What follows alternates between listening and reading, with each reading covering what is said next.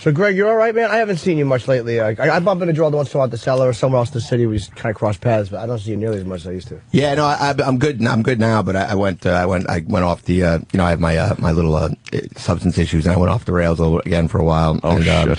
But now it's all back, man. Back in black. Well, the last time we saw you, you were doing really well. Yeah, you were doing really well, and now it sounds like that. You kind of went the other way since. Yeah, well, I started. What happened was I got I really got separated for real. Like I was separated last year for like 5 months, and then like we got back. I went away to address my health issues, and then I came back and I thought, okay, maybe we can make this work, and then that didn't work. So now it's been like 6 months. It's been totally separated, and then I started like dating and everything, and I thought, well, maybe I could drink a little wine with dinner with the ladies. Bit. The ladies, they like to have a nice glass of wine. Jesus. They like it as partying. And I started dating like young girls, and they're like, oh shit, we'll party a little bit, yeah.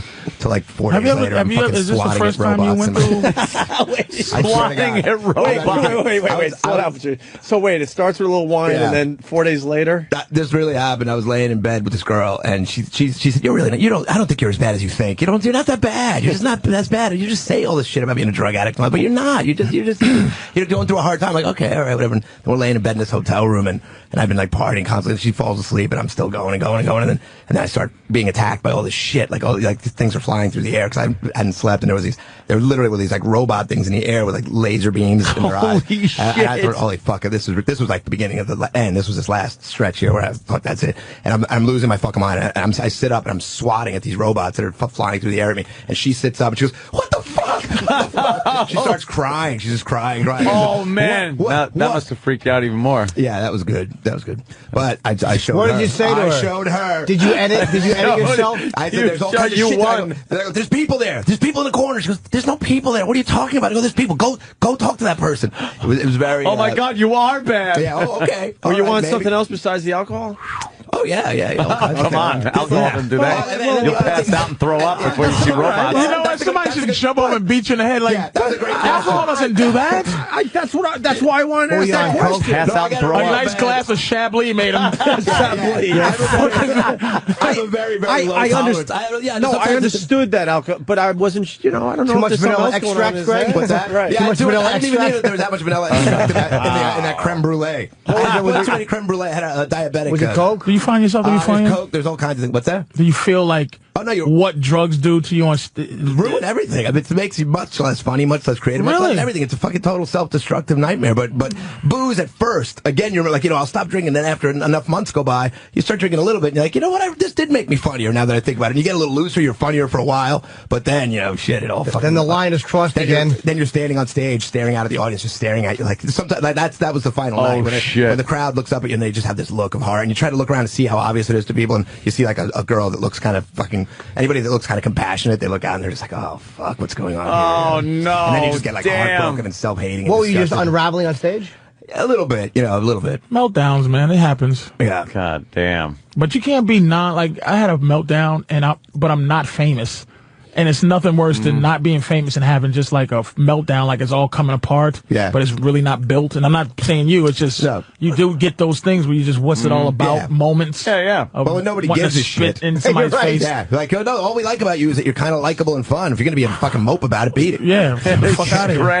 If you're not famous enough to hang out with, if you're not pleasant. Well, it's like I always say, my job is to give those people a good time and help them forget their troubles. You're a piece of shit. That's the most important thing. It sure is. Said them out with a smile. You bring joy to people. I want to fucking burn the entrances like the Happy Land disco and run through that to get to your car. You fucking pieces of garbage. Jay Mohr wants in. Jay!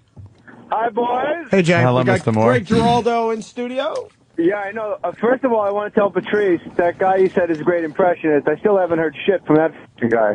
Who's that? Dean? Dean Edwards. Some black guy. Dean Edwards. Dean Edwards, right. He heard about it. I called him and he said he heard about it, but I don't know if he's jumping on it. He's not. Yeah, I think he's a little more. Jay Mohr is taking on all impressionists. You know what? I'll put up against you, and I know he'll jump at the chance because he's a little more like Dean's a little more of a family man, quiet. I'll put fucking what's his name there? The black dude from Mad TV. Aries Spears? I'll put Aries Spears on you, you cocksucker. Got to be you.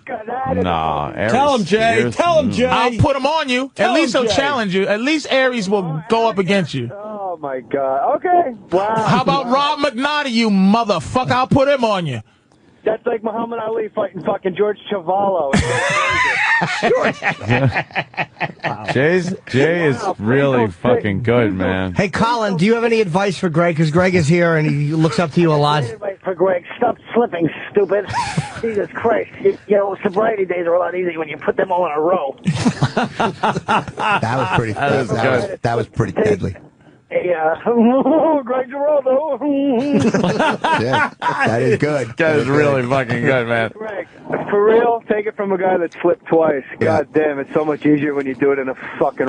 I would have had fucking 16 years sobriety if I wasn't a dick. Yeah. That's a good Jay Mohr you just did. I never heard sincere Jay Mohr before. What was he doing? This is actually Aaron Spears. You can tell because I'm late. I was supposed to call at 6. Jay's got a good drug story. Huh? So they said on the line you got a good Giraldo story or drug story. Cool became at Reebok. What's that? Am I losing you guys? Should I call back later? Your phone is crapping out. Little bit. Try one more time.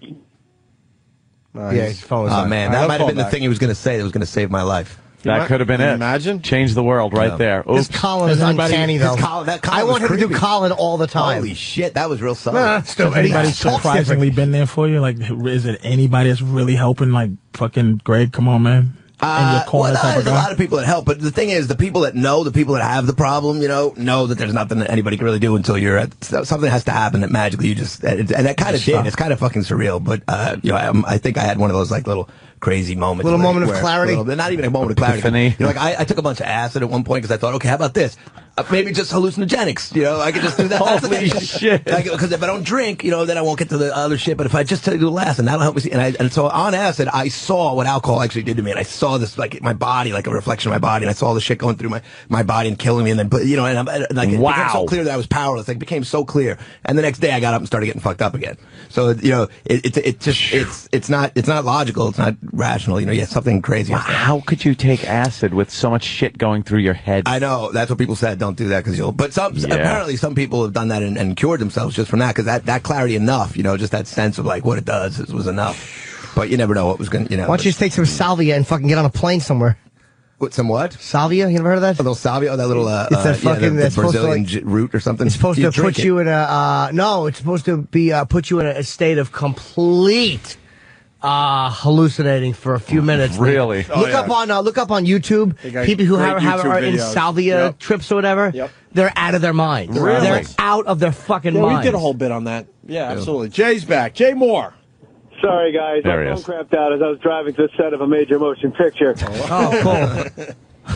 When you go through these hills, it's crazy. Jimmy knows. Great job on Letterman, little Yimmy. Thank you. I did a corporate show for Reebok, and whenever you do a corporate show, you go, who'd you have last year? Who'd you have the year before? Who do you have coming up next? And I go, who'd you guys have last year? Oh, God. We had Greg Giraldo. And I said, Greg, great. And they go, no, not really. He called the lady a cunt. He spent all night looking for coke. It was a bit of a distraction. Yeah, that was the end of the... Well... Thanks for the 50 G's, Greg. Yeah, that was good. That was a good way to, but even that, so I blew my whole corporate career away, and I thought, but even that I could rationalize. You blew that away? Not entirely. It's being rebuilt, but so Reebok spread the fucking news about that? All the Booker people that, and actually, yeah, well, anyway, but, the problem with that was that you could tell yourself, well, fuck it, I don't want to do those shitty, whorish corporate gigs anyway. No offense, Jay. Who wants to do them anyway, right? So you could say, all right, fuck it, you don't want to be a part of that system anyway, but so you can rationalize everything until you start really losing the shit that you care about the most, because again, even, you could just keep lying to yourself that it'll be all right. You do well at those gigs? I always fucking hated them. I always feel uncomfortable in those moments. It depends on the gig. Like, I just did one for direct TV or something. They said, just be as raunchy as you want, just do whatever you want. Sometimes they're fine, but, like, I've had gigs where they have 8 o'clock in the morning, fucking, like the one that first started the whole thing unraveling. I was doing a gig in Palm Springs. It was at night, and then I had to do a gig in the morning, like 8 o'clock in the morning. And some dude I know was friends with these porn stars, sent a porn star to Palm Springs on the Thursday night, on the night before the morning gig. So of course we're all fucked up all night in the morning. And in the morning, you think, your brain is so fucked up that you think that it's okay and that you look fine and that it's okay, and you walk into the GM fucking, you know, some giant corporate gig with a porn star that's been up all night doing drugs. Like, hey, good morning. What do you guys want to talk about? Some water cooler jokes? Jimmy, how many times, if you don't mind me asking, you don't have to answer, but when you got sober, did you slip or did you just dig in and that was it? No, I was sent to rehab January of '86, and I drank in the rehab, and then I drank for a year after, and I got sober February of '87, and I haven't picked up since. Oh, God bless you. I slept on stupid shit like Nyquil. Yeah. I would drink 3 bottles of Nyquil a day. Holy Jesus Christ. Hey, listen, are you kidding me? Jay, is slipping just doing it again, or has it been a time where you drank and didn't turn back into whatever it does? No, I never drank again. Like, the thing with Nyquil was, in my mind, I wasn't drinking. And I did take Nyquil to help me sleep because I was working on a show, and they went from days to nights. And I was like, well, how the fuck am I supposed to fall asleep at 8 o'clock in the morning? I'm like, oh, I'll just take some Nyquil. And, like, I took the actual, you know, you talk about an insidious, cunning, baffling disease. I took the actual dosage of Nyquil the first couple times. And then I was taking, like, half the bottle and a hot bath, and then the bottle and a hot bath, and just laying in bed spinning. It's kind of like any pussy can take Nyquil and fall asleep, but us addicts, when you push through that sleep, once you get to the other side, it's like snorting heroin. It's fantastic.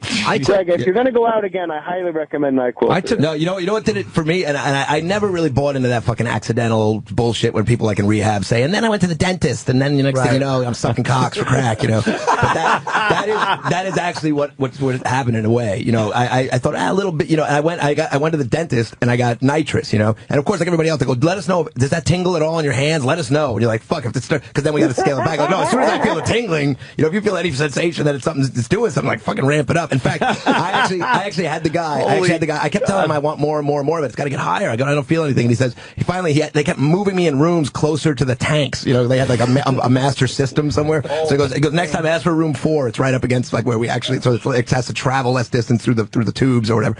And then all of a sudden I felt like I'd leave the dentist and think, well, I need something's not right now. Like I got to get back to where I was when I was sitting in the, you know, back in the dentist. So then I'm like getting fucking amputations and things. Why didn't you call me? When did this happen, Greg? It's subtle, but then part of you also thinks you got to do it. You just got to get through it. You know, I really think this time I had shit happen which I can't process fully yet, and I'll explain it when I don't. You know, when my brain is clearer because I think it'll sound way too crazy. But coincidental crazy shit with this girl that like fucking God shit that you wouldn't believe, like mysterious shit that you think someone from outer space is telling you shit. You know, and it actually is real. You know, and so I think that I'm done. You know, but God knows. You know. It seems like girls are an enormous trigger for you, Greg. Well, that was it. That's a big part of it too. It's not even a trigger, but it's a big part of the whole issue and what it's all. You know, it's all. Yeah. Did you have your midlife crisis? Like, put it this way. Wait, did you get a lot of pussy when you was younger? Are you now getting the pussy you should have got when you was younger? Now I'm having the life now that I should. Like, I was so fucking busy being the good kid and trying to do things I didn't want it. You know, like going to school, going to law school, being the good guy, you know, pleasing my fucking immigrant parents, doing all the right things, doing all that, you know, and getting married and trying to, and even, you know, and trying to do all the shit that I mean, listen, I have kids and I love them to death, and this is I got to get my shit together, and I will, and I've had, and they've been isolated from it to a large extent because I would do it all this shit on the road. I would be like a binger, you know, I go on 2-week runs or whatever and keep it all together, come back and keep it together until I finally couldn't anymore. But then now, you know, then when I started having more success in comedy and then you could live that crazy fucking lifestyle, all of a sudden it kept creeping up to where I thought, and it's acceptable. It's not like a regular job where you're going to get fired the first time you fuck up. It becomes like almost like, it's okay. Because in our business, it's almost acceptable to be a little fucked up. And sometimes you can't even believe that you got through it. Like, I've done shows without sleeping for 3 days and been on stage and done okay. You know, like, Jesus Christ. I need a nap right now. But it's weird. Like, you can still go out and get all the pussy you want to get. Like, just don't pick up the fucking. No, I know. Yeah, and there's enough hacks who have drug guy characters as what they're fucking as are. their Like, act. again, like, that shit is cute. Well, you know. Patrice, would you do that impression again? I'm ready to challenge you, motherfucker. Yeah, well, don't take on Jay. I think that was Patrice's Ron White impression. Oh, shit. Someone here is saying, Cigars and Scotch is saying Doug Stanhope can pull that off. Like being all fucked up on stage. You can pull it off, but you never know what it costs you. Like, after X amount of time, certain things that you don't see what's not happening for a person. Yeah. Like when you see the same person 10 years later in relatively the same place, you're like, wow, they're still funny, but why has there been no movement? You mean like every headliner in Boston? Holy shit. Wow, yeah. Yeah, no, you think... Hey, Greg, when you talk about accidental slips and like how you never believed in them, I never did either. And then I went to the dentist and I had a tooth pulled, and he gave me 10 Vicodin in a little box. I took one Vicodin on the drive home, and as it kicked in, I went to my house. I emptied the box on my counter in my kitchen, and I counted the remaining 9 to make sure he didn't fuck me. Yeah. I was counting I mine. thought you chopped them up and snorted them. A drink is the end of a slip. That's what I was taught. It's the end of a slip at the beginning. But then I was, then I'm doing like 6 Norcos, when I wake up for 6 months, and everything's fine. And my wife's like, wow, you never get erect anymore. That's interesting. Oh, fuck. It's all motives, though. Like, I was taught, like, I got to take medication. I'm not a martyr. Yeah. If I get a fucking wisdom teeth pulled, I got to take something. I'll take it. But I take it in moderation, or I take half a pill, and I throw them out as soon as the pain stops. I dump them, man. I don't trust myself. Yes. Yeah. You know what, dude? Everyone gets fucked up, dude. But if you're doing it for the wrong reasons, dude, then you're going to wind up just going back to where you were. I'm so sick of this schmarmy attitude. Well, everybody's getting fucked up, Jay. What are some of the reasons, though? But I don't understand, bro. Oh, my God. I love that Norton's Bobby Kelly sounds like Harold Letterman on HBO Boxing. But Bob, at one question, stops that fucking dodo bird in his tracks. One question. Because he's all rehearsed. Because Bob rehearses alone how he can sound. Just once, Bob wants somebody to go, God, that was fucking a good point. So he rehearses at home, and he fucking, as soon as you throw him a question, he just fucking collapses. So you're saying it's a monologue? I called him on that so many times. We were fucking talking about politics one time, and I realized how stupid he was when he was talking about superdelegates. He's Hey, Jay, do Larry Merchant. Jim, the superdelegate. Here's a man named Greg Giraldo who, in order to put his life back on track, had to cross the tracks and get back on the train. Oh, that God! When are we gonna get rid of Larry Merchant? This morning, Jim, Greg Giraldo is not only off the rails, but when he met Patrice O'Neal in Cocaine's Right Hook, he decided. But for real, Jimmy, whenever you do Bobby Kelly, it sounds like Harold Letterman when they go to his scorecard in the 4th round. Well, Jim, dude, I got the first 3 rounds to 1. Hey, Greg, fucking call me. Yeah, man. I'll give you a call. You could be a lot of different people for me. A whole bunch of people will help. The strange thing is how high you sound right now. Yeah, a few people are saying that, Greg. No, it's just got, believe me. A few people believe me. You could. I am on the phone with television's Greg Giraldo. You tell Tony Shalhoub and the cast of Monk that I am fucking talking to Greg Giraldo right now. Oh. Okay, I have to go, gentlemen. Bye. Greg, can somebody please give Greg my number? Sure, I'll give it to him on air. It's 11. Yeah. I have no faith that Jay will stay a good friend. Not even There's no way that Jay's going to walk him through without something. He's just trying to figure out how to get your cadence as high, Greg Giraldo. Yeah, if I ever pull it together and become successful, then he'll get my voice down. But for now, it's probably not worth his effort.